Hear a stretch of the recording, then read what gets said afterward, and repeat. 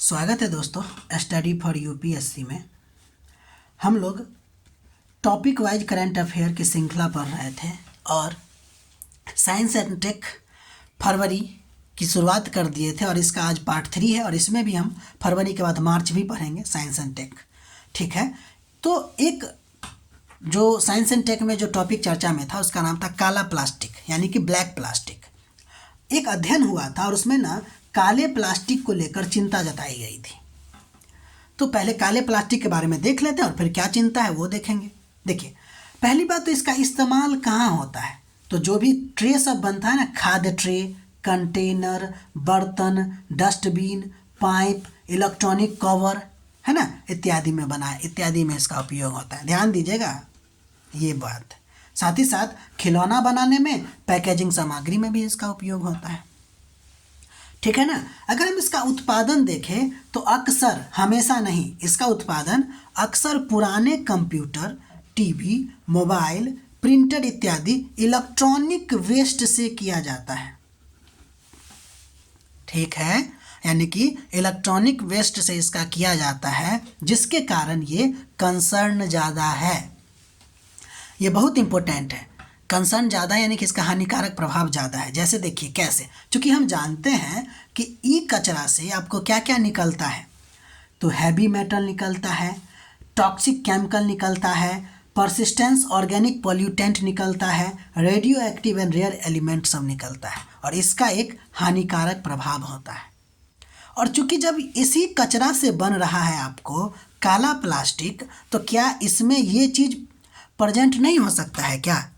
तो निश्चित हो सकता है। इसीलिए ये हमारे कंसर्न में है, या हमारे पर्यावरण या फिर कहें तो सरकार के कंसर्न में रहता है। यहाँ बहुत वीवीआई बातें हैं कि इसमें से निकलने वाला हैवी मेटल कौन कौन है। तो देखिए, ई वेस्ट से आपको लेड निकलता है, मरकरी निकलती है, कैडमियम निकलता है।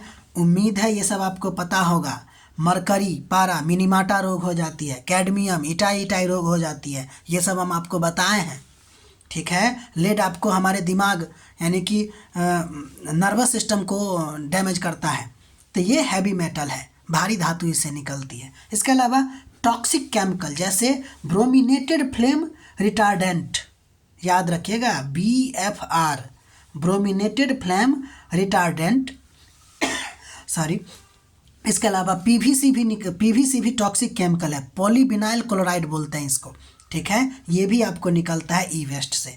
इसके अलावा परसिस्टेंट ऑर्गेनिक पॉल्यूटेंट में बोले तो डायऑक्सिन और फ्यूरेंस, ठीक है ना, डायरेक्सिन और फ्यूरेंस ये सब गैस है। ठीक है, तथा कुछ मामलों में radioactive and rare element भी निकलता है, जैसे लिथियम, बेरिलियम, रेयर एलिमेंट आदि। ये सब का हमारे स्वास्थ्य पे हानिकारक प्रभाव पड़ता है, इसलिए काले प्लास्टिक बहुत ज़्यादा इम्पोर्टेंट हो गया था। ठीक, मिलते हैं, मतलब पढ़ते हैं आगे। चंद्रमा का जियोलॉजिकल मैप के बारे में हमको पढ़ना है। अगला टॉपिक इम्पोर्टेंट, क्योंकि चंद्रयान 3 के द्वारा कुछ निष्कर्ष निकला। बहुत सारा चीज़ नहीं पढ़ेंगे, ध्यान दीजिए।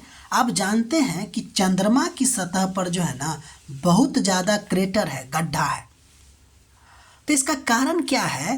तो क्षुद्र ग्रह और अंतरिक्ष के चट्टान जो है ना बार बार आपको इससे टकराता रहता है, इसलिए यहाँ पे बहुत ज़्यादा गड्ढा है। अब एक और बात भी सोचिएगा कि हमारा अर्थ इतना बचा हुआ काहे है? नहीं तो क्षुद्र ग्रह और अंतरिक्ष के चट्टान तो बहुत सारा घूमता रहता है, कभी भी आके गिर जाएगा। तो बहुत सारा जो ये सब चीज़ें हैं ना वो चंद्रमा पे जाके टकरा जाती है। नहीं तो बताइए, चंद्रमा पे इतना गड्ढा है, हमारे अर्थ पे कितना होता है। ठीक, देखिए ये जो क्रेटर है ना वो बहुत दिनों तक, लाखों करोड़ों वर्ष तक ऐसे ही रहता है। जैसे एक बार गड्ढा कर दिए बस हमेशा के लिए रह गया। पृथ्वी पे सोचिए ना, क्यों नहीं रहता है? इसलिए नहीं रहता है क्योंकि यहाँ पे अपक्षय के कारक हैं, जैसे रनिंग वाटर हो गया, हवा हो गई, बरसात हो गया। ठीक है ना, ये सब क्या करता है? अपक्षय करता रहता है और साथ ही साथ ट्रांसपोर्ट करता रहता है मटेरियल को, जिससे अगर कोई गड्ढा है तो वो भर जाता है, कोई भरा है तो गड्ढा हो जाता है, आप जानते हैं। लेकिन चंद्रमा पे न वायुमंडल है न कोई तरल चीज़ है। फलतः अपक्षय कारक का अभाव है। समझ रहे हैं ना? तो इस 2 पॉइंट को याद रखिएगा। हो सकता है कथन और कारण, असर्शन एंड रीजन में इसको पूछ दे। ठीक, तो ये रहा फरवरी का। अब हम लोग आते हैं मार्च 2025 साइंस टेक, क्योंकि हम लोग टॉपिक वाइज पढ़ रहे हैं, मई तक पढ़ेंगे फिर। तो अगला मई में जो एक टॉपिक चर्चा में था उसका नाम था क्रिस्पर। हालांकि इसको एक साथ पढ़ते हैं, क्रिस्पर-Cas9, लेकिन क्रिस्पर के बारे में देखते हैं। पहली बात देखिए कि ये है क्या, ये चर्चा में क्यों था। तो वैज्ञानिक क्या किए ना, इसका उपयोग करके चूहों के भ्रूण में जीन को क्या किया है, सफलतापूर्वक संपादित किया है। मतलब नहीं समझे क्या?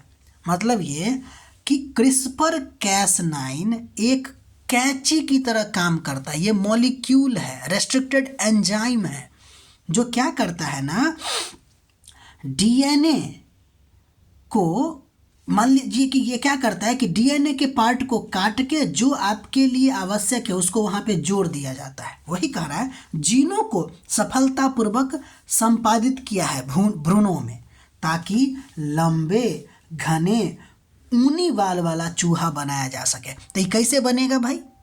तो तब बनेगा जब हम उसके डीएनए में वो वाला जीन डालेंगे, ताकि उसका घना बाल हो, लंबा ऊनी वाला बाल हो। याद होगा पुराने समय में एक मैमथ नाम का जानवर हुआ करता था, जिसका बहुत बड़ा बड़ा बाल हुआ करता था। तो ऐसा ही बनाने का कोशिश किया जा रहा है। और ये कब बनेगा? जब तक कि जीन में कोई परिवर्तन ना हो, उसके जीन में कोई नया जीन ना आ जाए। तो वो कौन डालेगा? क्रिस्पर-Cas9। इससे क्या करते हैं, जीन के पार्ट को काटते हैं, और काटने के बाद आपको इसमें लाइगेज नाम का एक रसायन होता है, उसके आधार पर जोड़ दिया जाता है। अगर आप और ज़्यादा डिटेल पढ़ना चाहते हैं तो हमारे साइंस एंड टेक के प्लेलिस्ट में पहला नंबर लेक्चर इसी के बारे में है। ध्यान से पढ़िए और लिखने का कोशिश कीजिए। बाकी देखिए और पढ़ते हैं। तो क्रिस्पर है क्या? तो क्रिस्पर एक जीन एडिटिंग टेक्नोलॉजी है। समझ गए होंगे ना? एडिट करने का टेक्नोलॉजी है, जिसमें वैज्ञानिक क्या करते हैं, डीएनए को बहुत सटीक तरीका से काटते हैं, छांटते हैं, एडिट कर सकते हैं, जिसे आजकल में जेनेटिक सीजर भी कहा जाता है। ना कि क्रिस्पर क्या है? तो जेनेटिक सीजर है, यानी कि आणविक कैंची है, मॉलिक्यूलर सीजर है। अगर हम इसका फुल फॉर्म देखें तो clustered regularly interspaced short palindromic repeat होता है।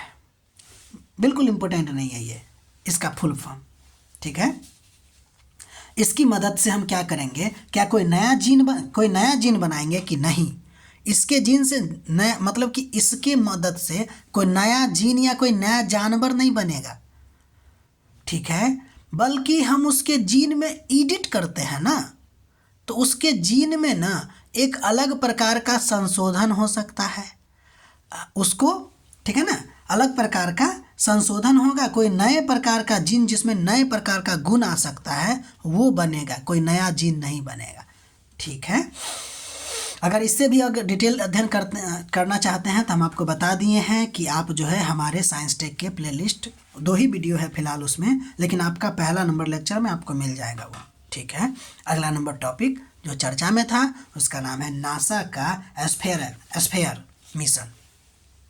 एक्चुअली में ये पंच मिशन के साथ गया था या पंख मिशन के साथ गया था, ठीक है, ध्यान से सुनिए। नासा का जो यह मिशन है ना, पहली बात तो किसका मिशन है भाई? ये नासा का है। 11 मार्च 2025 को गया था। स्पेस एक्स का जो रॉकेट है जिसका नाम है फाल्कन 9, उसके द्वारा गया और लो अर्थ ऑर्बिट में इसको क्या किया गया, प्रक्षेपित किया गया, इसलिए ये चर्चा में है। तो यहाँ से आपको 3 फैक्ट तो पता चल ही गया, क्या कि ये नासा का है, स्पेस एक्स के फाल्कन 9 रॉकेट से गया है, और कहाँ इसको स्थापित किया था, लो अर्थ ऑर्बिट में। अब देखते हैं ये है क्या। तो यह जो है ना एस्फेयर, वो आपको नासा की स्पेस ऑब्जर्वेटरी या टेलीस्कोप मिशन है। सिंपल बात, ये टेलीस्कोप है जिसका लक्ष्य है पूरे आकाशगंगा का स्पेक्ट्रोस्कोपिक सर्वे करना, यानी 3D इमेज बनाना, खासकर इंफ्रारेड लाइट में, ठीक।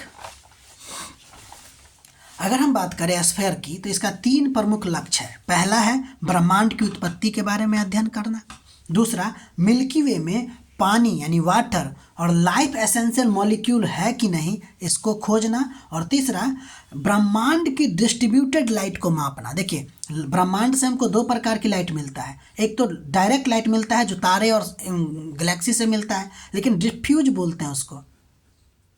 एक डिफ्यूज या डिस्ट्रीब्यूटेड लाइट होता है जो बहुत दूर वाले आकाशगंगाओं से आता है और बहुत ज़्यादा मिल जाता है, यानी एक आकाशगंगा का लाइट दूसरे आकाशगंगा के साथ मिल के बहुत दूर से आ रहा होता है तो धुंधला जैसा दिखता है, तो उसके बारे में भी मापना।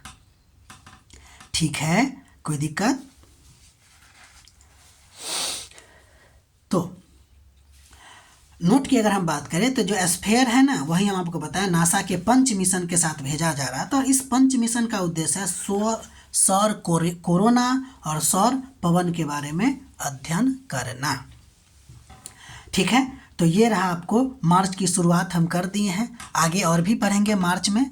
ठीक है, तब तक आप अपना इतना नोट बनाइए, बाकी जो पढ़ा दिया गया उसका रिवीजन कीजिए, अच्छा लगे तो लाइक कीजिए, सब्सक्राइब कीजिए, शेयर कीजिए, और सबसे इम्पोर्टेंट बात अपना पढ़ाई को कंटिन्यू रखिए। ठीक है, मिलते हैं हम लोग अगले वीडियो में।